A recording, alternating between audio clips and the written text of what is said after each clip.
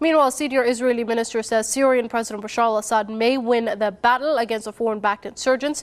Israeli intelligence minister Yuval Steinitz says Assad may prevail in the conflict as he enjoys support of Iran and Lebanon's resistance movement Hezbollah.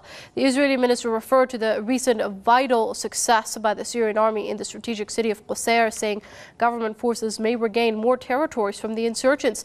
It's the first time a senior Israeli official gives such an account of the Syrian conflict. His statement has been refuted by some other Israeli officials who say that Steinitz is misinformed in his assessment.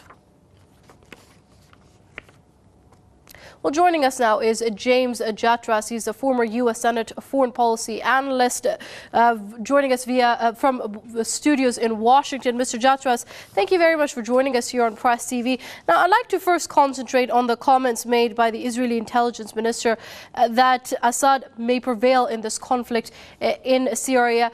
What are your initial reactions to that? My initial reactions, my reaction is that what he says is very similar to what I have seen from other Israeli sources, that they also believe that Mr. Assad is getting the upper hand. And from an Israeli point of view, this, I think, shows how American policy has actually undermined Israel's security. That Israel now is looking at the prospect of having Hezbollah along its Golan border, which is something that would not have happened if the United States and its allies had not been so strongly supporting the Al-Qaeda and other Sunni jihadi forces that are fighting the Assad regime. It just shows the complete counterproductive effects of Western policy. Of course, as the Syrian army continues to make gains after Qusair, there is a scrambling amongst the West and its regional allies over how to handle the situation from here on forth.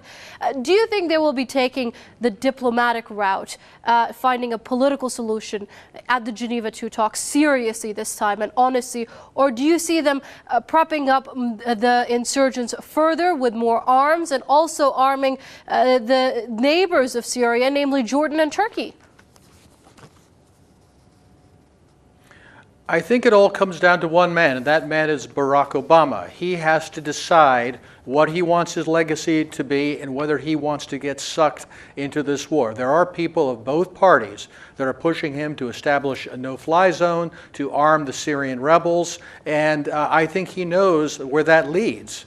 Politically for him, and I don't think he wants that. At the same time, he may be under some pressure to at least promise some support for the Syrian rebels so that at least some of them agree to come to the peace talks in Geneva, which the Syrian government has already said it will participate in. It's a very delicate position he finds himself in.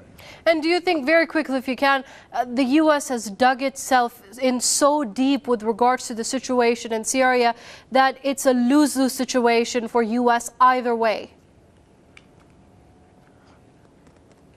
It's certainly a loser situation for the United States compared to the way it could have been handled earlier on if we had not dug ourselves in so far.